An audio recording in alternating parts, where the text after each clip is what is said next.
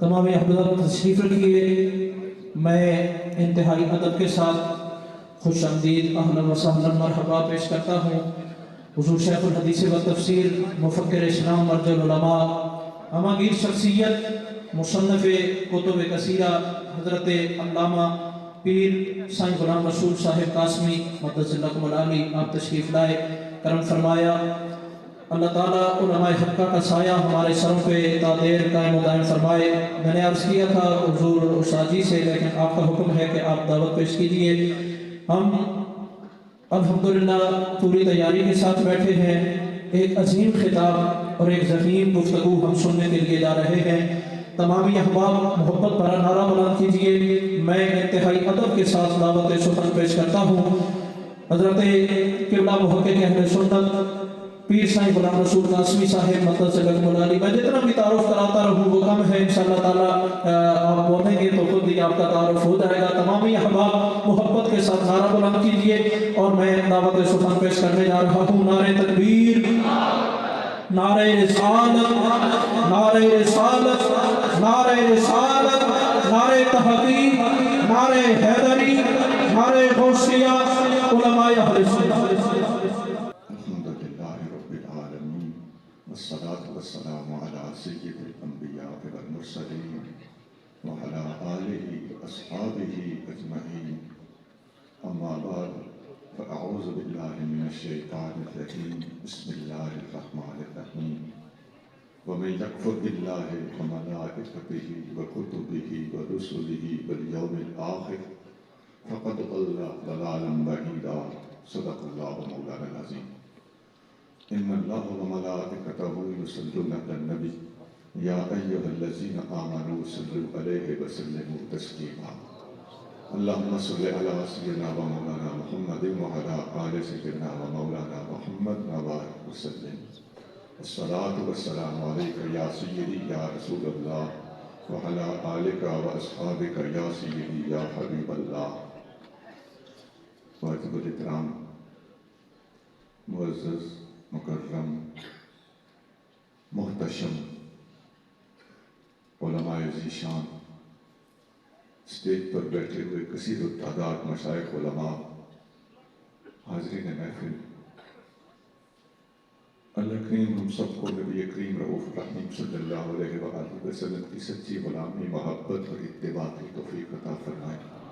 اللہ تعالیٰ ہم سب کا خاتمہ ایمان پر کرے. فقیر کو آج کے محفل میں گفتگو کے حوالے سے جو رہنمائیاں دی گئی ہیں اور احکام صادر کیے گئے ہیں وہ عقائد کا موضوع ہے کہ فقیر نے عقائد کے اوپر کچھ خامہ فرسائی کرنی ہے اور معروضات و گزارشات پیش کرنی ہے. ہو سکتا ہے فقیر کی گفتگو عام روٹین والی ہماری جو گفتگو ہوا کرتی ہے اس سے کسی قدر مختلف ہو. مختلف ہونے کا یہ مطلب نہیں کہ اچھی ہو یا کم ہو، یہ اللہ ہی جانے، لیکن مختلف کا لفظ استعمال کر رہا ہوں. لہذا اپنی عام جو سوچ ہوتی ہے اس سے ہٹ کے کچھ گفتگو برداشت کرنے کے لیے تیار ہو کر تشریف رکھیں. فقیر نے آپ کے سامنے قرآن شریف میں سے جو الفاظ تلاوت کیے ہیں ان کا ترجمہ پہلے سماعت فرما لیں. اللہ کریم جل شانہ فرما رہا ہے وَمَن يَكْفُرْ بِاللَّهِ، جو اللہ کا کافر ہوگا، وَمَلَائِكَتِهِ وَكُتُبِهِ وَرُسُلِهِ، اور جو اس کے فرشتوں کا اور اس کی کتابوں کا اس کے رسولوں کا منکر ہوگا، وَالْيَوْمِ الْآخِرِ، اور قیامت کے دن کا جو منکر ہوگا، فقط ضل ضلالا بعیدا، وہ دور کے کفر اور دور کی گمراہی میں مبتلا ہو گیا. تو وَمَن يَكْفُرْ بِاللَّهِ کا لفظ ہے ابتدا میں. جو بھی ان چیزوں کا کفر کرے گا، ان کا انکار کرے گا، وہ صرف کافر نہیں بلکہ دور کا گمراہ اور دور کا کافر بن جائے گا. اس آیت کے اندر، ان الفاظ کے اندر اسلام کے 5 بنیادی عقیدے بیان کیے گئے. ایمان مفصل میں 6 عقیدے بیان کیے جاتے ہیں کیونکہ وہ دوسرے دلائل سے ثابت ہے. تقدیر کا مسئلہ تو اس کو میں احتیاطاً بتا کے آگے چل رہا ہوں. لیکن اس آیت میں چونکہ 5 اکٹھے بیان ہوئے ہیں، لہذا ہم اس آیت کے حوالے سے اسی عنوان اور موضوع کو لے کے انشاءاللہ تعالیٰ نبھانے کی کوشش کریں۔ سب سے پہلی بات تو یہ سمجھ لینی ہے کہ اس آیت میں جو 5 بنیادی عقائد بیان ہوئے ہیں، دوبارہ سن لیں۔ اللہ، اللہ کے فرشتے، اللہ کی کتابیں، اللہ کے رسول اور قیامت کا دن، یہ قرآن سے ثابت ہے۔ اسی طرح کی ایک اور جگہ پہ بھی آیت موجود ہے، اسی سے ملتے جلتے الفاظ اور یہی ترتیب سورۃ بقرہ کے بالکل آخر میں بھی موجود ہے۔ اب قرآن ایک جگہ پر بھی کوئی بات فرما دے تو مسلمان اس بات کا پابند ہو جاتا ہے کہ یہ تو قرآن میں جگہ جگہ موجود ہے کہ ان چیزوں کو ماننا ایمان ہے، ان میں سے کسی ایک کا انکار کرنے والا بھی کافر ہو جاتا ہے۔ اب ایک طبقہ ایسا ہے جن کے 5 عقائد ان کی ہر کتاب میں لکھے ہوئے ہیں، وہ اور ہیں۔ مسلمانوں کے اور اہل سنت کے عقائد کیا ہے؟ جو میں نے آپ کو قرآن سے 5 عقائد و نظریات بیسک دکھائے ہیں۔ لیکن ایک طبقہ ایسا ہے جن کی عقائد کی کتابیں، درسی کتابیں، حتیٰ کہ ان کی چھوٹی چھوٹی نماز کی کتابوں میں بھی وہ 5 عقائد دیے ہوئے ہیں جو اس طرح نہیں ہیں۔ ان کے 5 عقائد کیا ہیں؟ توحید، عدل، رسالت، امامت اور قیامت۔ دوبارہ سن لیں۔ توحید، عدل، رسالت، امامت اور قیامت۔ لوگ پوچھتے ہیں جی ہمارا ان میں اصل، پہلا، بنیادی، بڑا فرق کیا ہے؟ تو بھول بھلیوں میں گم ہو جاتے ہیں اور سخت غیر ذمہ دارانہ جوابات ہماری طرف سے سامنے آتے ہیں۔ او عزیزم، ان میں اور ہم میں فرق یہ صاف ظاہر ہے۔ قرآن یہ 5 عقیدے بتاتا ہے، وہ یہ لوگ 5 عقیدے وہ بتاتے ہیں۔ اور پھر ہم غلطی کریں گے کہ جب ہم ان پہ سوال کریں گے کہ یہ تم نے عدل اور امامت، اس کا تو کہیں قرآن میں تذکرہ نہیں تھا، یہ کیوں ڈالے؟ تو یہ سوال ہمارا بر وقت نہیں ہوگا، یہ بعد میں ہونے والا سوال ہے۔ پہلا سوال یہ ہے کہ ان 5 میں سے فرشتوں کو بھی نکال دیا تم نے اور کتابوں کو بھی نکال دیا، نکالنے کا جرم پہلے بتاؤ تم نے کیوں کیا؟ ڈالنے کا جرم بعد میں دیکھا جائے۔ اب آپ سوچیں کہ جی ان میں فرق کیا ہے، ہم میں فرق کیا ہے، اصل فرق کیا ہے، پہلا فرق کیا ہے، بڑا فرق کیا ہے؟ یہیں پہ ہم کلام کرتے وقت کتنی بڑی ٹھوکر کھا جاتے ہیں اور کس قدر اپنی عوام کے ساتھ ذمہ دارانہ رویہ اختیار نہیں کرتے۔ سیدھی سیدھی بات ہے، علمی طور پہ یہیں پر یہ لوگ پٹ چکے ہیں۔ خدا کی قسم کسی بھی باضمیر بندے کے پاس اس کا کوئی جواب نہیں ہے۔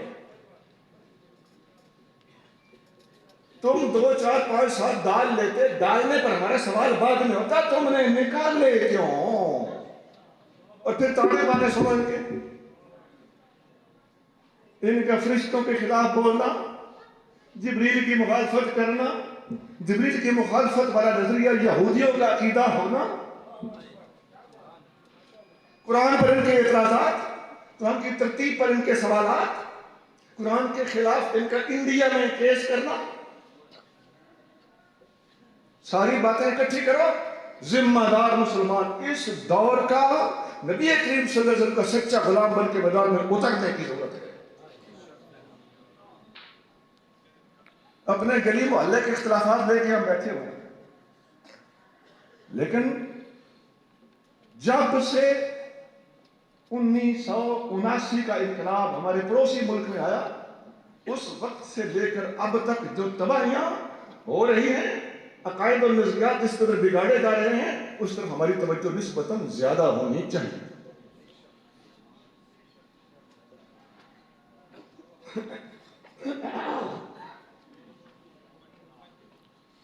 یہ جتنا کچھ ہمارے پاس دین ابھی موجود ہے، یہ دین کا اپنا سینے کا زور ہے۔ ہم نے کوئی ایسا تسلی بخش ذمہ دارانہ کردار ادا نہیں کیا، ہم اپنے کردار سے مطمئن نہیں ہیں. یہ اسلام کا اپنا زور ہے، اسلام کی اپنی برکات ہیں. اور واللہ العظیم صرف اسلام نہیں، اسلام میں صحیح اسلام کی صورت اگر ہے تو اہل سنت کے پاس ہے، اور اہل سنت کے مسلک و مذہب کے اندر اس مسلک کے اپنے سینے میں اتنا زور ہے. اور اس مسلک کا با ادب ہونا اس کا اصل سبب ہے کہ ان کا با ادب ہونا انسان کو نہ سجا ہونے دیتا ہے نہ کھبا ہونے دیتا ہے، عین راہ مستقیم پہ رکھتا ہے.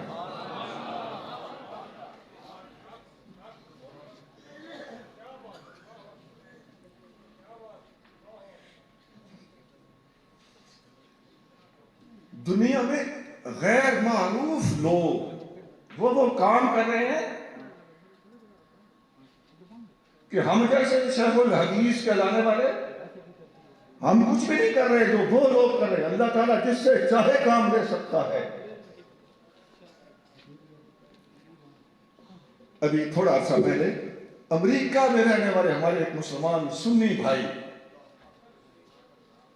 انہوں نے کتاب لکھی سی مسعود احمد شاہ صاحب، وہ کتاب چھپی ہوئی ہے، بے شمار زبانوں میں اس کا ترجمہ بھی ہو چکا ہے اور ہر ملک کے ذمہ دار لوگوں تک انہوں نے وہ کتاب پہنچائی بھی ہے، اور امریکہ میں بڑے بڑے وزیروں کبیروں کے پاس بھی وہ کتاب پہنچائی گئی اور بندہ ادھر ہی رہتا ہے.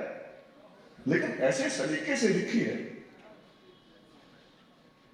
اور طریقے سے نبی پاک صلی اللہ علیہ وسلم کا پیغام پہنچایا ہے کہ اس بندے نے اپنی ذمہ داری ادا کرنے کے لیے ایمانداری سے پوری کوشش کر دی. کسی جملے سے کسی کو اختلاف ہوتا رہتا ہے، لیکن مجموعی طور پر کتاب انہوں نے جو لکھی ہے قابل حوصلہ افزائی ہے. ضخیم کتاب ہے، انگلش میں کتاب ہے، اردو بھی ترجمہ ملتا ہے، جرمنی اور فرینچ میں بھی اس کا ترجمہ ہو چکا ہے، کئی کتاب زبانوں میں ترجمہ ہو چکا ہے، بنگلہ میں بھی ترجمہ ہو چکا ہے. کتاب کا نام کیا ہے؟ Would you like to know something about Islam؟ کیا آپ اسلام کے بارے میں کچھ جاننا پسند کریں گے؟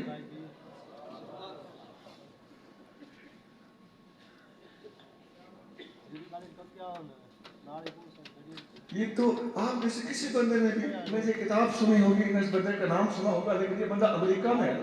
میں اس لیے کہتا کہ ہم اپنے محلے میں ہی اسلام کو پھیلانے اور یہیں کے سوالات اعتراضات کا رد کرنے کے اندر محدود رہتے ہیں. باہر بہت کچھ ہو رہا ہے، حضور کے غلام بڑی بڑی ذمہ داریاں ادا کر رہے ہیں.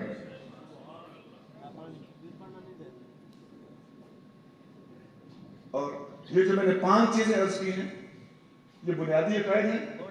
ان میں سے 2 کو ایک مخصوص طبقے نے اڑا کے رکھ دیا ہے، اس کا وجہ اور سبب کیا ہے وہ میں نے آپ کو بڑے تھوڑے سے لفظوں میں واضح کر دیا. اب آئیے کہ 5 چیزوں میں سے ایک چیز کے بارے میں کچھ معروضات پیش کرتا ہوں. سب سے پہلی چیز ہے اللہ کو ماننا. ایسا ہی ہے نا؟ اللہ کو ماننے کے حوالے سے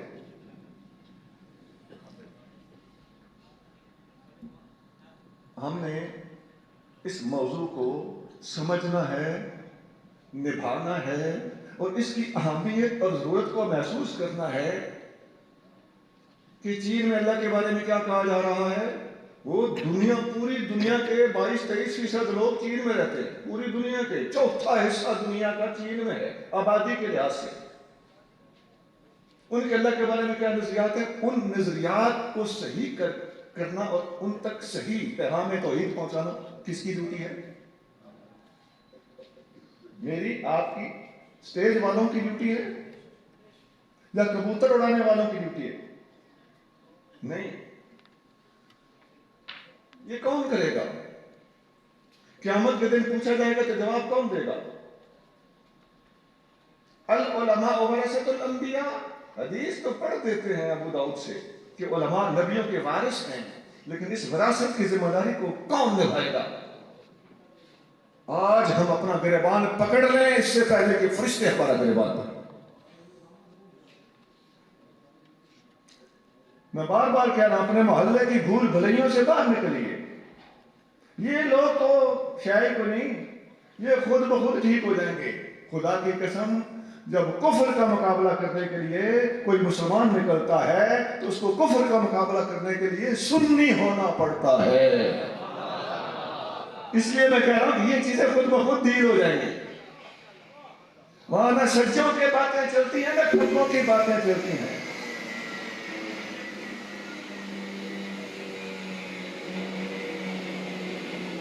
بھائی ایک بندہ سر عام اپنے آپ کو مان رہا ہو قمیض اتار کے, تو وہ کسی کافر کو ایسے اسلام کی دعوت دے گا تو وہ کہے گا میں این جی والا. تو اس لیے میں نے کہا وہاں ایک مثال دی ہے, بڑی مثالیں ہیں. وہاں کفر کی آنکھ میں آنکھ ڈال کے بات کرنے کے لیے مصطفیٰ کا وہی غلام کامیاب ہوگا جس کا نام سنی ہے.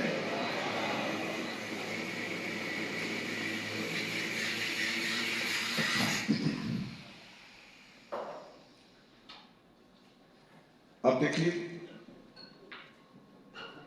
اللہ تعالیٰ کے وجود کا انکار. میں نے ایک ملک کی مثال دی ہے, مغرب میں, کینیڈا اور امریکہ میں, یورپ کے مختلف علاقوں میں شیطانی مکتبہ فکر کے نام سے پورے کے پورے فرقے موجود ہیں. فرقے کا نام کیا ہے؟ شیطانی مکتبہ فکر, ڈیول چرچ. وہ شیطان کو ہیرو مانتے. یہ باتیں کون بتائے گا, کون ڈسکس کرے گا؟ وہ کہتے ہیں جی پوری دنیا کے اوپر بنیاد ہی شرارت ہے, شر ہے.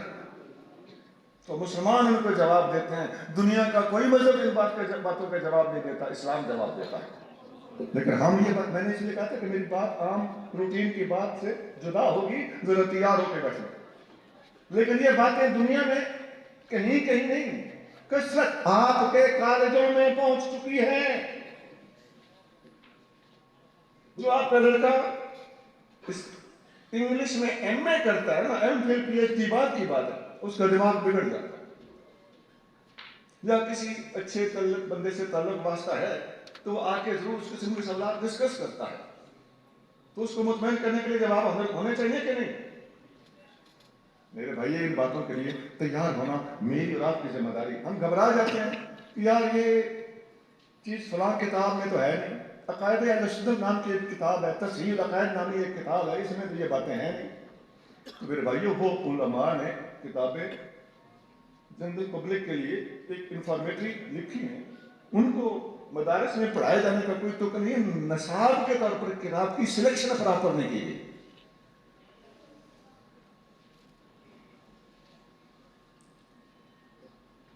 دنیا نہ شر پر قائم ہے نہ خیر پہ قائم ہے, دنیا امتحان پہ قائم ہے.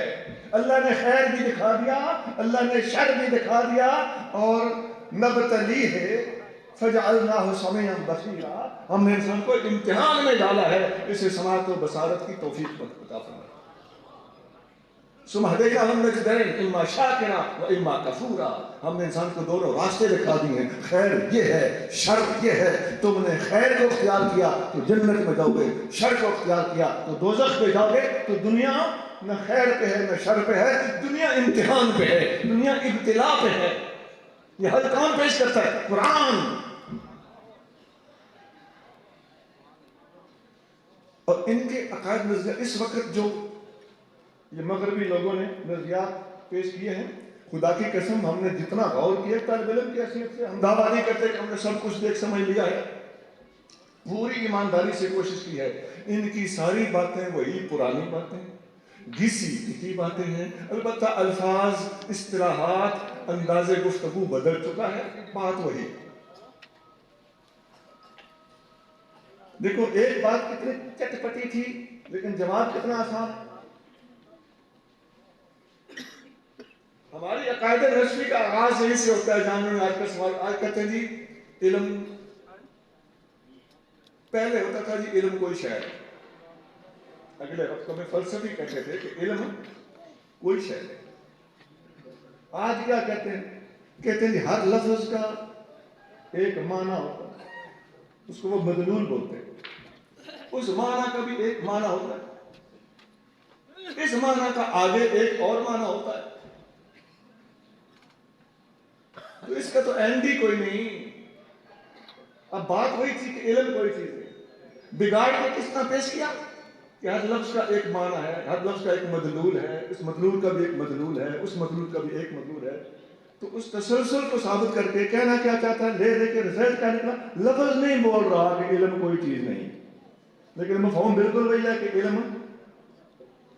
لیکن خدا کی قسم مسلمانوں، آج سے 1000 سال پہلے، بلا مبالغہ پورا 1000 سال پہلے عقائد نسفی کے متن میں امام نسفی نے لکھ دیا تھا، حقائق الاشیاء ثابتۃ والعلم بها متحقق. عقائد نسفی کا پہلا جملہ یہی ہے کہ نہیں علماء مدرسین تشریف فرما، ہر چیز کی ایک حقیقت ہے، اس کے بارے میں علم متحقق ہے، ہر چیز کے بارے میں علم موجود ہے. تو کسی پتی باتیں جب یہ الفاظ کی ہیرا پھیری کے ساتھ دوبارہ لانچ کریں تو ہمارے ذمہ دار علماء کو، جن کے دماغوں کو اللہ تعالیٰ نے وسعت دی ہوئی ہے، یا جو دماغ میں وسعت پیدا کرنے کا شوق رکھتے ہیں، مت پیچھے ہٹیے، نہ سمجھیے کہ میں بوڑھا ہو گیا اور میرے بس میں نہیں رہا. آج سے شروع کیجئے. صدیق اکبر نے 38 سال کی عمر میں علم سیکھنا شروع کیا تھا. حسان بن ثابت نے 60 سال کی عمر میں اسلام قبول کر کے دین کا علم سیکھنا شروع کیا.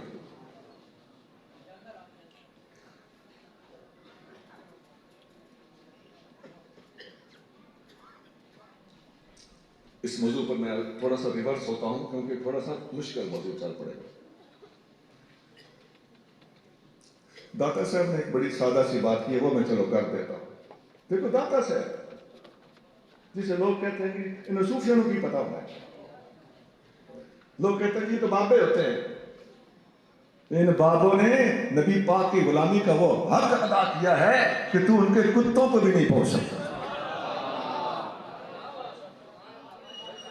یہ اللہ کا پیارا کشف المحدود کے شروع میں لکھتا ہے کہ فلسفیوں کا ایک فرقہ ہے سوفسطائیہ. یہی وہ شرح نسل کے شروع میں بھی سوفسطائیہ کا ادھر ہے. ان کے آگے 3 فرقے بتائے گئے.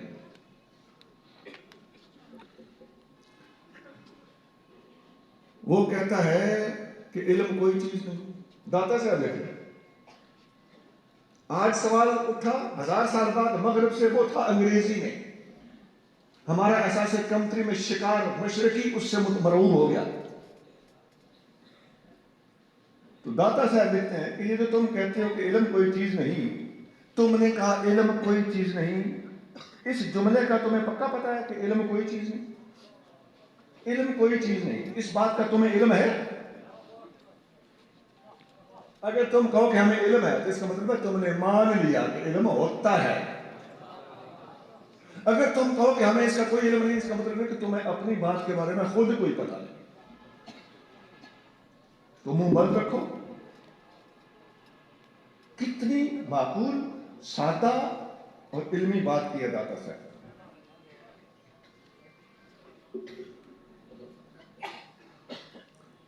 قرآن کا انداز بالکل سادہ ہوتا ہے اور اس کے اندر اترے کوئی پیچیدہ آدمی تو اس کے اندر بڑی گہرائی بھی ہوتی ہے اور ظاہر اس کا بڑا سادہ ہوتا ہے.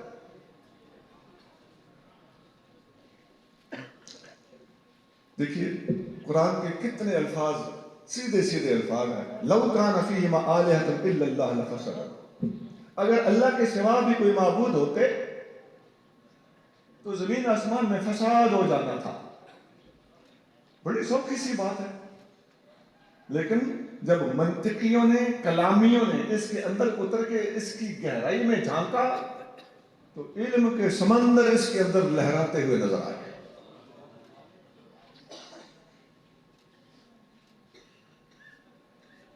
اب اللہ تعالیٰ کے وجود کے بارے میں ایک سادہ سی مثال دینے لگا. بندوں میں بھی علمی لحاظ سے فرق ہوتا ہے کہ نہیں ہوتا؟ ایک چکتا کورا کاغذ ہے جس کو بالکل پتہ ہی کوئی نہیں، دوسرے بندے کو اس سے تھوڑا زیادہ پتہ ہے. ایسا ہوتا ہے. تیسرے کو اس سے بھی زیادہ پتہ ہوتا ہے. عوام میں یہی حال ہے، علماء میں یہی حال ہے. ہر عالم ایک جیسے نہیں ہے. قرآن میں اللہ فرماتا ہے، بڑی سادہ سی بات اللہ کرتا ہے قرآن میں، بظاہر بڑی سادہ لیکن گہرائی کتنی. فوق کل ذی علم علیم. ہر علم والے سے اوپر علم والا ہوتا ہے.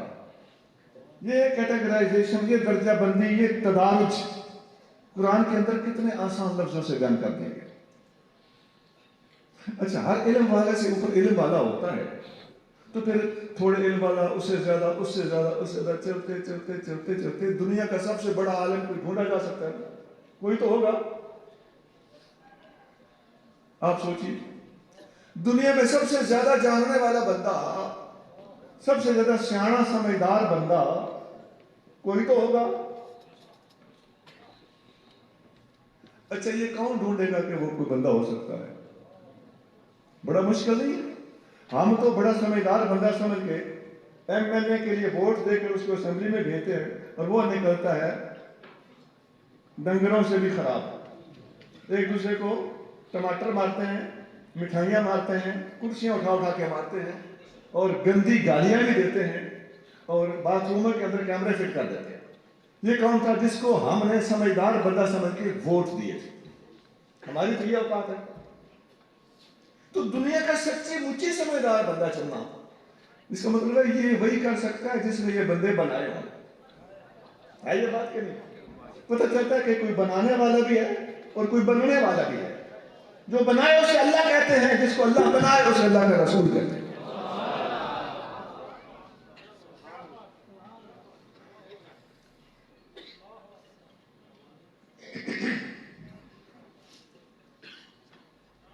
یہ ہر گدھے گھوڑے کے بس کا کام نہیں ہے کہ سب سے اچھا بندہ سلیکٹ کرتا پھرے یا سب سے کمزور بندہ بتاتا پھرے.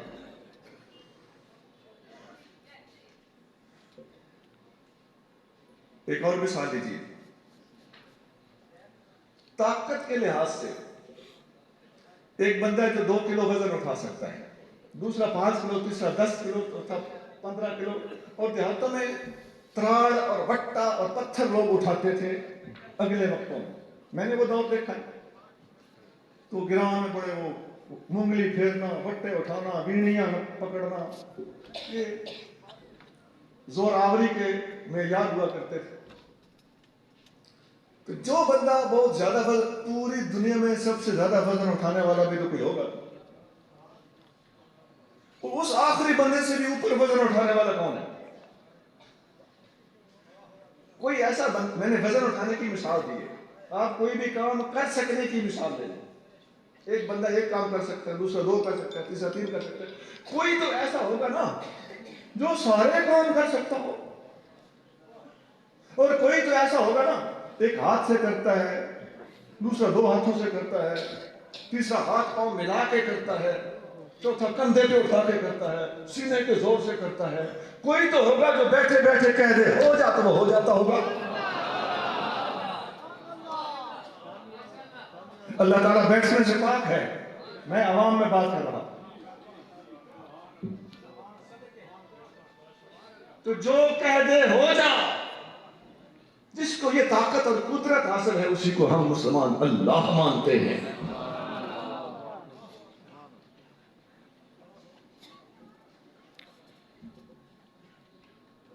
حضور غوث پاک نے فتح الغیب میں ایک مثال دی. آپ فرماتے ہیں کہ انسان پر جب مشکل آتی ہے تو پہلے خود ہاتھ پاؤں مارتا ہے، میرا مسئلہ حل ہو جائے. اپنی ذاتی کوشش جب ناکام ہوتی ہے تو پھر دوستوں کی مدد لیتا ہے. ایسا ہوتا ہے کہ نہیں ہوتا؟ ہم جٹ لوگ ہیں، کوئی گائے بھینس کے لیے چارہ جب ہم کاٹتے تھے نا، کوئی چھوٹا موٹا گڈھا، ہم گڈھا بولتے ہیں اسے، پٹھوں کا گڈھا، ہم گڈھا کو بھی اٹھا لیتے تھے. تھوڑا سا آپ کو کاشیا اوپر کیا اور گولڈے کی ٹھوکر ماری اور وہ سر پہ گیا اور اس کو رکھ لیا. گڈھا ہو یا گڈڑی ہو، پمبی ہو یا بھوسا ہو یا پٹھے ہو، ہم اٹھا لیتے تھے. لیکن اگر بھاری ہو تو پھر کیا کہتے تھے؟ اب ہاتھ پوائیں یہ کہتے تھے مدد کے لیے بندہ بلا. مطلب یہ ہوا، میں سادہ مثال دے رہا ہوں کہ ہر کام ہم خود کرنے کی کوشش کرتے ہیں. اپنے سے مسئلہ حل نہ ہو تو دوستوں سے مدد لے لیتے ہیں، سفارش کرا لیتے ہیں. گناہگار لوگ رشوت دے لیتے ہیں. گناہگار کیا غلطی بتا رہا ہوں. لیکن جب اپنے بس میں بھی نہ ہو، دوستوں کے بس میں بھی نہ ہو، تو پھر کیا کرتے ہیں؟ اب فتح الغیب حضور غوث پاک فرماتے ہیں اب سارے تعلق ٹوٹ گئے سارے آسرے اور سہارے ختم ہو گئے. اب جس طرف بندے کا دھیان جاتا ہے نا اسی کو اللہ کہتے ہیں. مشکل وقت میں جو یاد آتا ہے, چاروں طرف سے بے بس ہو جانے کے بعد جس پر فکر رجوع انسان کا اندرون از خود کرتا ہے, لا شعور ہی اس کی طرف متوجہ ہو جاتا ہے, اسی کو قرآن کہتا ہے امن یکشف السوء. کون ہے مشکل کے وقت بندے کے اوپر سے ضرر کو اور سوء کو دور کرنے والا؟ وہ اللہ کی ذات ہے.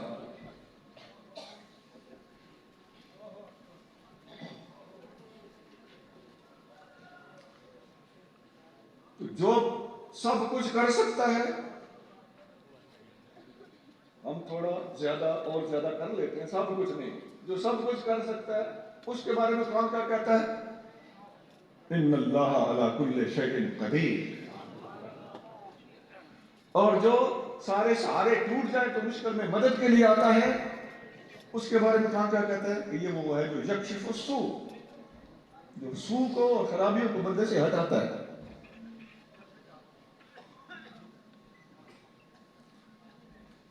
امن یجیب المضطر اذا دعاه ویکشف السوء. جب مضطر اور بے قرار آدمی جب پکارتا ہے تو اس کی پکار کو کون سنتا ہے, اس کی مشکل کو کون ٹالتا ہے؟ وہ اللہ ہے.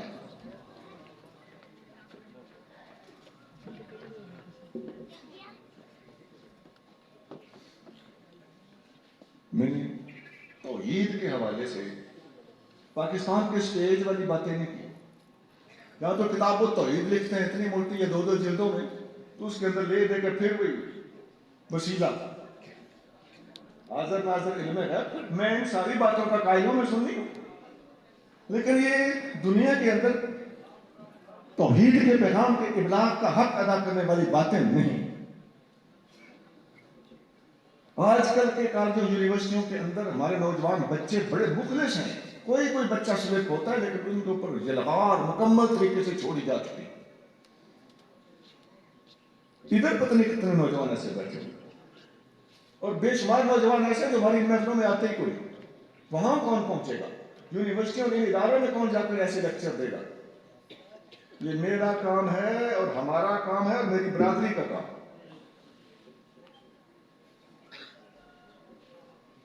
اختصار پیش نظر ہے, ورنہ بہت آیتیں بہت ہیں اور عقلی باتیں بہت ہیں. بندہ اپنے پہ غور کرے. قرآن کہتا ہے, میں قرآن کو نہ ماننے والوں کے سامنے قرآن نہیں پڑھ رہا, عقلی بات قرآن خود کر رہا ہے.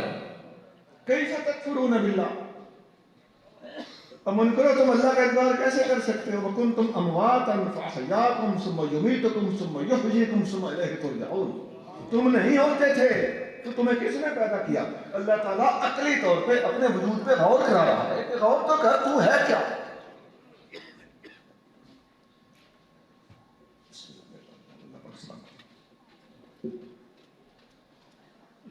بہت آتے ہیں جی, اور عقلی دلائل بہت.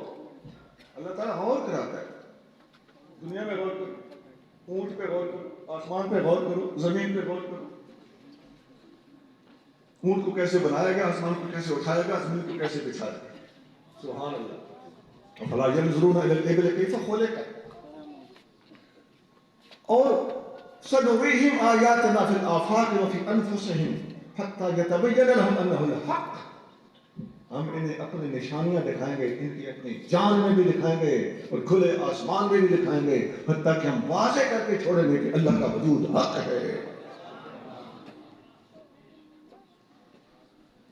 اب دوسری چیز جو عقیدہ میں آتی تھی وہ تھے فرشتے. فرشتے سمجھ میں اور نظر میں نہیں آتے. یہ انسانی روپ اختیار کر سکتے ہیں, جس صورت میں چاہیں اور اللہ چاہے یہ ڈھل جاتے ہیں. نبی کریم صلی اللہ علیہ وسلم کے پاس جبریل امین عام طور پر حضرت دہیہ کلبی صحابی رضی اللہ عنہ کی صورت میں حاضر ہوا کرتے یا تشریف لایا کرتے. آج کے دور میں جو لوگ فرشتوں کا انکار کر رہے ہیں یہی وہ لوگ ہیں جو معجزات کا انکار کر رہے ہیں، کرامات کا انکار کر رہے ہیں، نظر نہ آنے والی چیزوں کا انکار کر رہے ہیں، اور ہر چیز کے بارے میں کہتے ہیں کہ ہم نظر آئے گی تو مانیں گے، سائنسی طور پر ہم مانیں گے۔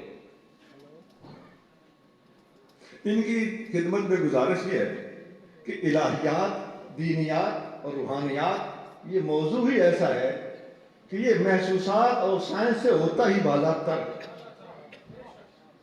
جہاں تک تمہاری سائنس کی انتہا ہے وہاں سے اس کی ابتدا ہوتی ہے۔ یہ کوئی خطیبانہ رٹا ہوا جملہ میں نہیں بول رہا، واللہ ایسا ہی ہے۔ جہاں مادیات ختم ہوتی ہیں وہاں پر روحانیات شروع ہوتی ہیں۔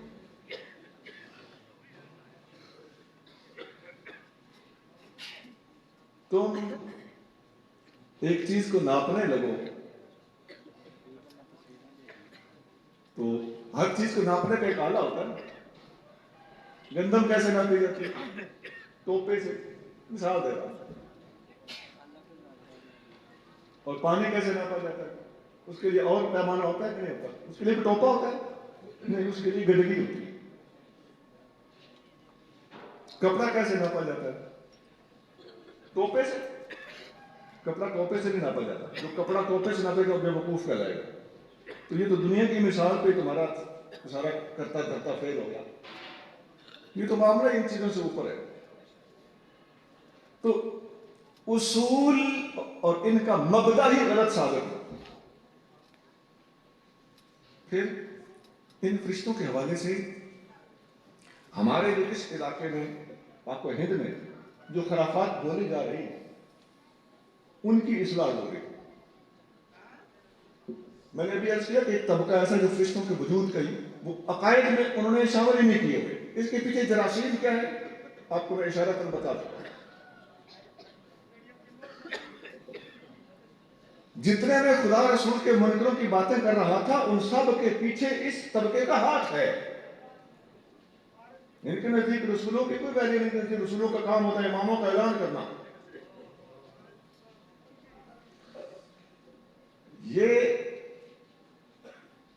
یہی وہ لوگ ہیں جو فرشتوں کے بھی خلاف ہیں، فرشتوں کی مخالفت کرتے ہیں، فرشتوں کو کمی کہتے ہیں۔ سنا ہوگا آپ کو، سمجھ گئے ہو گیا، فرشتے نے تیرے کمی زارا، میرے خاص سنے ہوگے۔ تو سیدھا زارا پاک رضی اللہ تعالیٰ عنہ کی شان تو بلند و بالا ہے، اس میں تو کوئی شک نہیں، یہ تو بات ہوگی مکمل۔ اب فرشتوں کا ان کا کمی بننا یہ فرشتوں کی توہین ہے۔ ہمارے عقائد کی کتابوں میں لکھا ہوا ہے، التمہید میں ابو شکور سالمی لکھتے ہیں کہ من ذکر الملائکۃ بالحقارۃ فقد کفر، جس نے فرشتوں کا تذکرہ حقارت سے کے ساتھ کیا، فرشتوں کی تحقیر کی، فرشتوں کی توہین کی، وہ ایمان سے گیا۔ ان کا وجود قرآن سے ثابت ہے۔ ایک اور بات کر دو، فرشتے ہوں، انبیاء ہوں، اولیاء ہوں، علماء ہوں، صلحاء اور مجددین ہوں، ان سب کا احترام پوری امت پر لازم ہے۔ یہ اللہ تک پہنچانے والے سورسز ہیں، اللہ کے دیے ہوئے راستے ہیں، اللہ کی چنے ہوئے وجود اور ہستیاں ہیں۔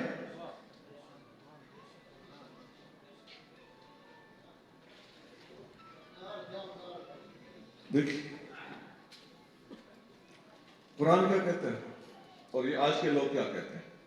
طرح طرح کے بھوت ہیں نا ہمارے اندر، ان کا علاج کرنا ہے۔ ایک ابھی میں نے آپ کو بتایا جو فرشتوں کو کمی کہتے پھرتے ہیں اور جبریل کے مخالف ہیں، جبریلا کہہ کے بولتے ہیں۔ جبریل اللہ کے رسول فرشتے ہیں اور جبریل کی توہین رسالت ہے، یاد رکھو۔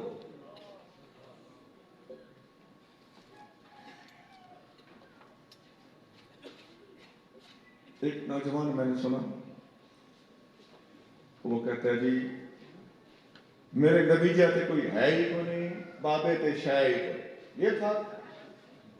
اب دیکھو اس سے بھی ہوشیار آدمی یہ کہا جائے وہ کہ جی میرے اللہ جاتے ہے ہی کو نہیں، نبی تے شاید کو نہیں، خدا نہ خاصہ، یہ بھی بکواس ہے وہ بھی بکواس ہے، اٹکل کی گئی ہے نا، شاطر پنا ہے۔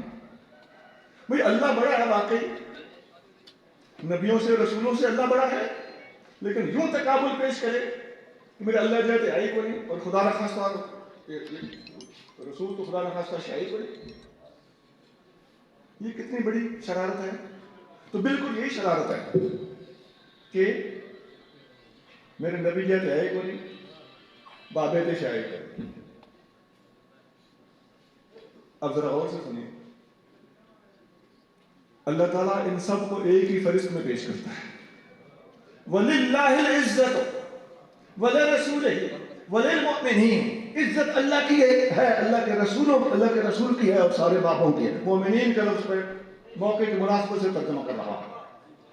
عزت اللہ کے لیے ہے, اللہ کے رسول کے لیے ہے اور مومنین کے لیے ہے. مومنین کے سردار ہوتے ہیں جن کو یہ بزرگ ولی اولیاء مجددین کہا جاتا ہے. ان کو اللہ کیا کہتا ہے؟ عزت ہے ان کی. اور اللہ ان کو جدا جدا کر کے نہیں, اکٹھے بیان کر رہا ہے. اللہ کا رسول, رسول اللہ صلی اللہ علیہ وسلم کے غلام, مومنین, اولیاء اور علماء, یہ ایک فہرست میں ہے. ان میں تفریق نہیں. اتلا ہے کہ تھلما کوئی نہیں, اس کو اتلا ہے کہ تھلما کوئی نہیں, یوں نہیں. یہ سارے مل کے حزب اللہ ہے. یہ اللہ کا حزب ہے, یہ اللہ کی ٹیم ہے. تو چرب زبانی اور زبان چلا لینا اور بدتمیز ہونا, اس دور کے بعد لوگوں کے ساتھ المیہ ہے. ان کی اصلاح کرنے کے لیے پھر وہی گزارش پیش کروں گا کہ ہم جیسے لوگوں کا سامنے آنا ضروری ہے.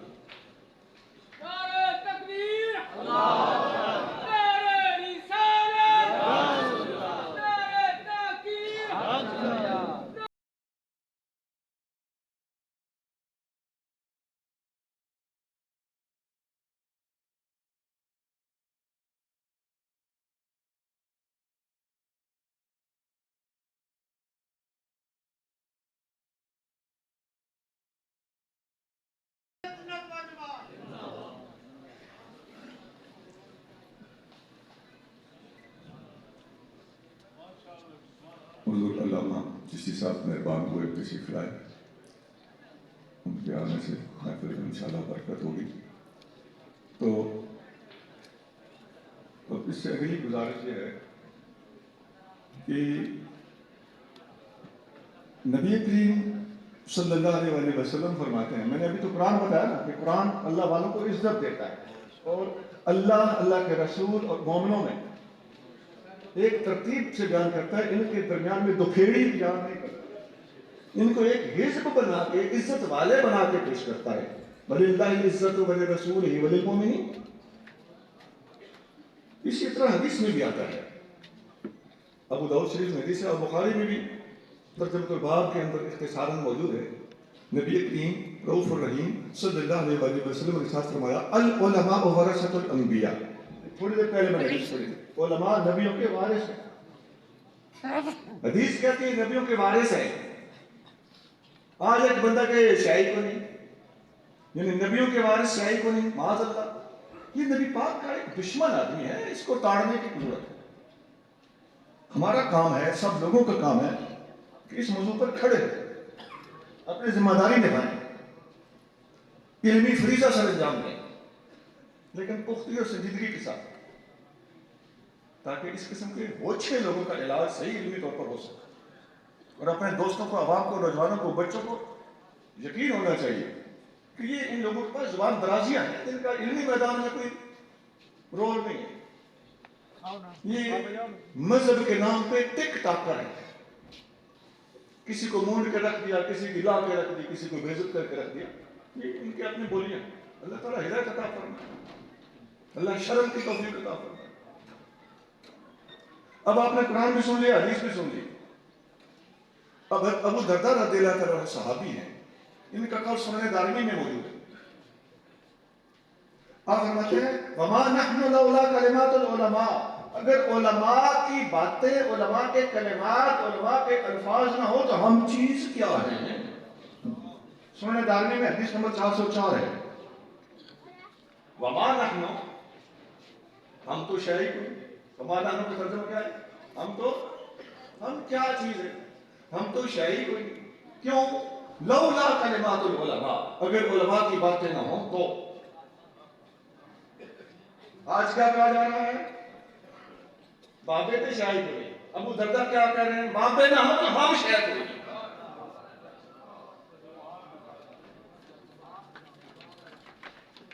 خدا کی مار ہو ان دشمنان اسلام پر، آمین بولو۔ جو اللہ کے رسول اور صحابہ کرام کے پیمانے سے ہٹے ہوئے، خدا کی مار ہو۔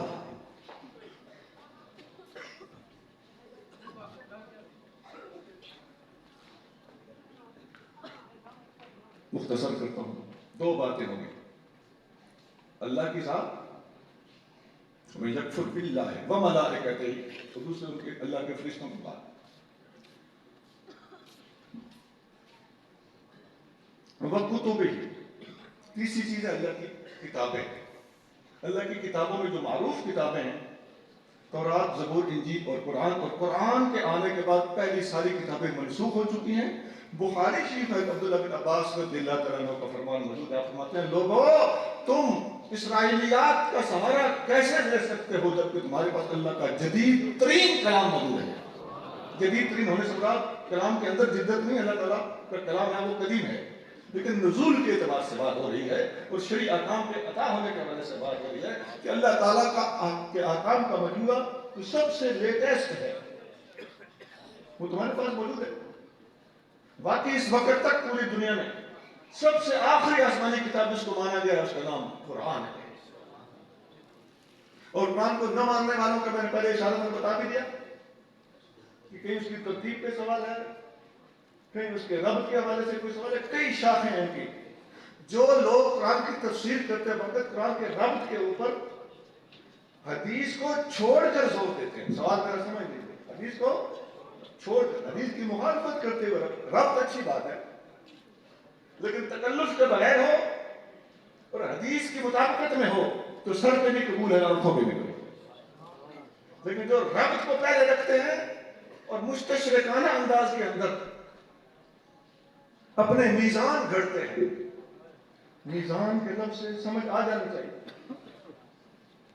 ایک پاکستانی آدمی جو ملائیشیا چلا گیا ہے اپنی خرافات کی وجہ سے، میں اس کی کتاب میزان کا حوالہ دیا تو یہ ربط جس کو قرآن قبولی میں کرتا ہو، اس کے اندر بے جا تکلف سے کام لینا پڑتا ہو اور حدیثوں کا انکار کرنا پڑتا ہو، ایک مومن اور مسلمان من تو سکتا ہے، قرآن کو سمجھتے وقت حدیث کو نہیں چھوڑ سکتا۔ اچھا یہ میں نے جملہ کیا بولا؟ اس نے لکھا ہے کہ ایک مسلمان مر تو سکتا ہے، ربط کو نہیں چھوڑ سکتا۔ لعنت اللہ علی الکاذبین، ایک مسلمان مر تو سکتا ہے، فرمان مصطفیٰ کو نہیں چھوڑ سکتا۔ اب ربط بے شک ہوا کرے، یہ ہم کو رہے ہیں، ربط پر اعتراض نہیں۔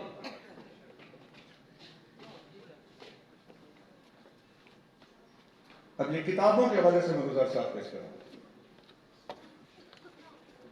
بے شک یہ درست ہے کہ قرآن کے فضائل کیا ہیں، بے شک یہ درست ہے کہ ناظرہ اور حفظ کرنے کے فضائل کیا ہیں، بے شک یہ وجہ ہے کہ حافظ کے ماں باپ کو تاج پہنایا جائے گا، لیکن یہ باتیں ہمارے اندر کی ہیں۔ باہر جھانکیے تو آپ کو پتہ چلے گا کہ یہ جو گفتگو فقیر کر رہا ہے یہ وقت کی عین ضرورت ہے۔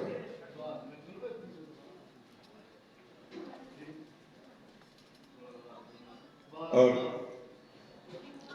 قرآن کے حوالے سے ایک اپنی بات بھی میں کر دوں، اشارہ تو میں نے کر بھی دیا کہ قرآن کے حفظ کے بڑے فضائل ہیں۔ آج بچوں کی 10 سال بندی ہوگی، ان کی حوصلہ افزائی کے لیے بھی مناسب ہے کہ کہہ دیا جائے واقعی جس نے حفظ کیا اس کے ماں باپ کو تاج پہنایا جائے گا، ساتھ پشتیں بخشی جائیں گی، پڑھتا جا اور چڑھتا جا والی بات بالکل حق ہے۔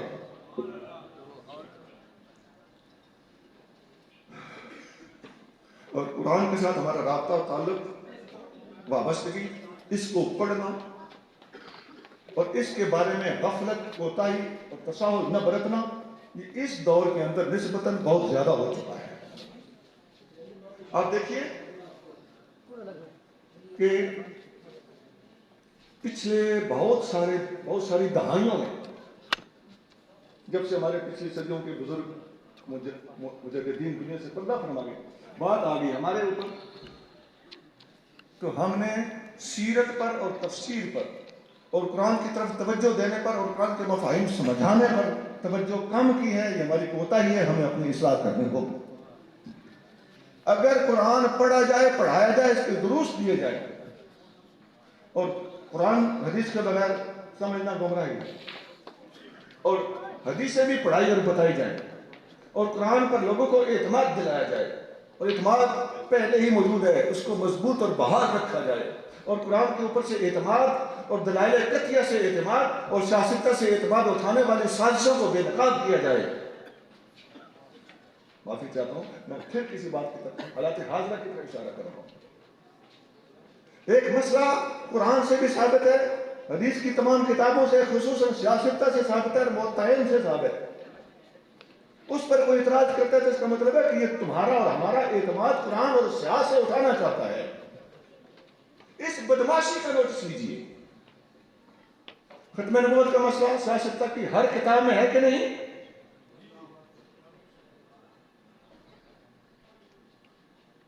سید ابوبکر صدیق اور عمر فاروق کی افضلیت شیخین کا مسئلہ قرآن سے بھی ثابت ہے، اور تصریحاً اگر دیکھنا ہو تو حدیث سے ثابت ہے، اور اجماع امت سے ثابت ہے، پورے کی پوری امت کے اجماع سے، احادیث سے اور قرآن سے۔ جو شخص اعتماد اٹھانا چاہتا ہے اس کی سازش یہ ہوگی کہ اس مسئلے کو یہ قطعی ہے کہ ظنی ہے، سیاسی ہے کہ روحانی ہے۔ یہ سب تشکیکات پیدا کرنے کے مختلف حربے ہیں، اور دین کا سب سے بڑا دشمن جب بھی آپ کے سامنے آئے گا، دین کا انکار کرنے کا لبادہ اوڑھ کر نہیں آئے گا، تشکیک پیدا کرنے کے لیے تلبیس کا لبادہ اوڑھ کے آئے گا، کچھ سچ بولے گا، کچھ غلط بولے گا۔ بتائیے مجھے، کوئی بندہ کھڑا ہو کے بتائے کبھی کسی نے غلط بات کی ہو تو ساری باتیں اس کی غلط ہوتی ہوں؟ ہمیشہ ظالموں نے، دشمنوں نے اسلام پر جب وار کیا ہے تو جھوٹ اور سچ کو مکس کر کے پیش کیا ہے۔ لا تلبسوا الحق بالباطل، قرآن کہتا ہے حق کو باطل کے ساتھ مکس اپ نہ کرو، وتکتموا الحق، اور حق کو نہ چھپاؤ۔ حق کو باطل کے ساتھ مکس کرنے کا نتیجہ ہی کتمان حق ہوتا ہے، حق کو بہت چھپ جاتا ہے، اور جن کے مذہب میں ہی کتمان ہو، تقیہ ہو، وہ تو اور بھی گئے۔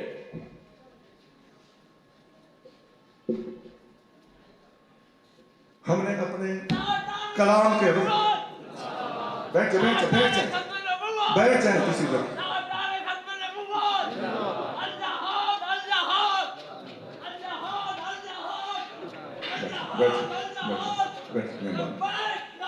ماشاء اللہ، ماشاء اللہ، اللہ جزاک خیر،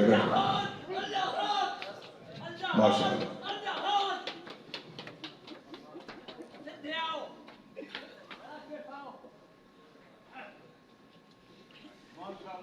اللہ اکبر۔ عرض کر رہا تھا کہ حق کو باطل کے ساتھ مکس کر کے ہی ہمیشہ ہر دور میں ظالموں نے پیش کیا۔ اب ایک بندہ نیٹ پہ آ کے کہتا ہے میری یہ بات تو ٹھیک ہے نا، یہ بات فلاں نے کہا کہ ٹھیک ہے، وہ بات غلط ہے اس کے نزدیک، لیکن یہ مجھے کچھ کچھ ٹھیک بھی مانتا ہے۔ یہ ایک شرارتی جملہ ہے کہ نہیں؟ ایمان سے بتاؤ، مرزا قادیانی کا ہر لفظ غلط ہے، اس نے تو لا الہ الا اللہ بھی لکھا ہے، لیکن جب اس نے کفر کیا ہے تو وہ الگ سے پکڑا جاتا ہے۔ ہر غیر مسلم، ہر کافر، ہر دشمن اسلام کی ہر بات غلط نہیں ہوتی، حتیٰ کہ جھوٹ بولنے والا بندہ بھی کبھی کبھی سچ بولتا ہے۔ ایک محدثین کا معروف قاعدہ ہے کہ الکذوب قد یصدق، جھوٹا آدمی بھی کبھی کبھی سچ بولتا ہے۔ کیا ابو جہل ساری زندگی جھوٹ بولتا تھا؟ فرعون ساری زندگی جھوٹ بولتا تھا؟ تو تم ابو جہل اور فرعون ہو نا، کہیں سچ بول کے کہہ دیتے کہ لو جی میری گل نے مان لئیے۔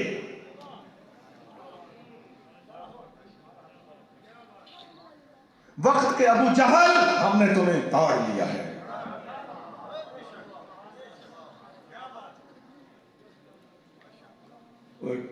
میرے دوست تھے ارتباط کے، وہ کہتے تھے دور ہو لعنتیا میں تجھے پہچان گیا۔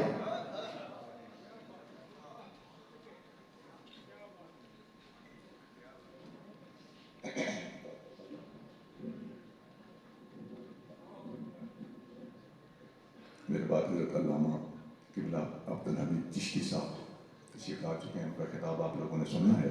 میں نے جو 5 عقائد آپ کے سامنے بنیادی طور پر اس ایک آیت کے حوالے سے رکھے تھے، ان پر اختصار کے ساتھ پہلی 3 چیزوں پر گفتگو آپ سن چکے ہیں، باقی 2 چیزیں ابھی باقی ہیں، لیکن ٹائم کی قلت آڑے آ رہی ہے۔ میں الحمدللہ کوشش کر رہا تھا کہ اپنے ہوش آواز کو قائم رکھوں، صورتحال کو دیکھتا رہوں اور اپنے بعد میں تشریف لانے والے عالم ذیشان کا احترام ملحوظ رکھوں۔ اللہ تعالیٰ اس جامعہ کو ترقیاں دے اور حضرت علامہ استاذ العلماء گل محمد صاحب سیالوی دامت برکاتہم العالیہ کو صحت والی طویل زندگی عطا کرے۔ کافی کتابیں ہیں فقیر کی لکھی، بات اسٹال پر موجود ہے۔ ساتھی کہہ رہا ہے کہ اس کا اعلان تفصیلاً کر دیں، باقیوں کو رہنے دیں۔ المستدرک حدیث کی کتاب ہے، سنی عقائد حنفی احکام، اور جتنی میں نے تقریر کی ہے اس کی بہت ساری باتیں اس زمانے کی ضروریات کے اعتبار سے اس کے اندر لکھ دی گئی ہیں۔ اس کی یہ تو ہے کتاب تو حدیثوں کی ہے، لیکن مدرسین کے مطالبے پر فقیر نے اس کی شرح بھی کی ہے، اور شرح جدید دور کے تقاضے کو پیش نظر رکھتے ہوئے کی گئی ہے۔ ہم اگلے علماء کے پیروکار ہیں، ان کے خوشہ چیر ہیں، لیکن ان سے جو کچھ ہم نے سیکھا ہے وقت کے تقاضوں کے مطابق اس کو ڈھالنے کے لیے مختلف رنگ اختیار کیا ہے۔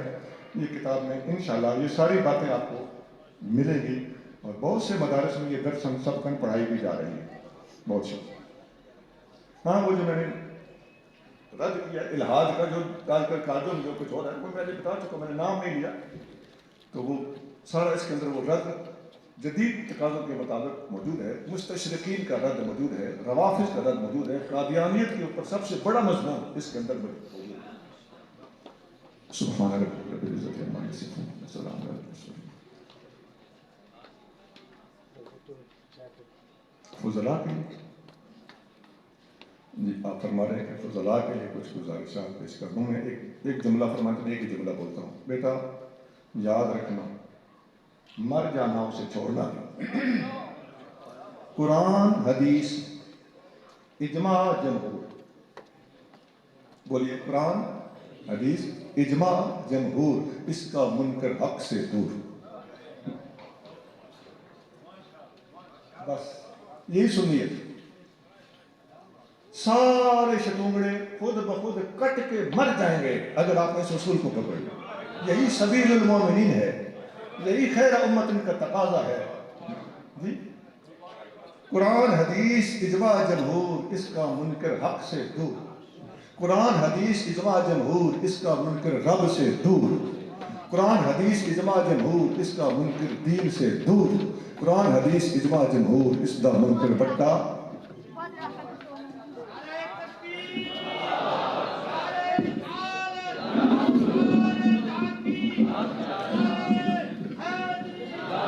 ماشاءاللہ انتہائی حکمت سے بھری گفتگو، علم سے بھری گفتگو، عقیدے سے لبریز گفتگو آپ احباب نے سماعت کی۔ بلا تاخیر و توقف اپنی جگہوں پہ تشریف رکھیے۔ ہمارے اسٹیج کی زینت بنے قاطع رافضیت و نجدیت خطیب شہیر محقق اہل سنت سرمایہ اہل سنت شیخ الحدیث و تفسیر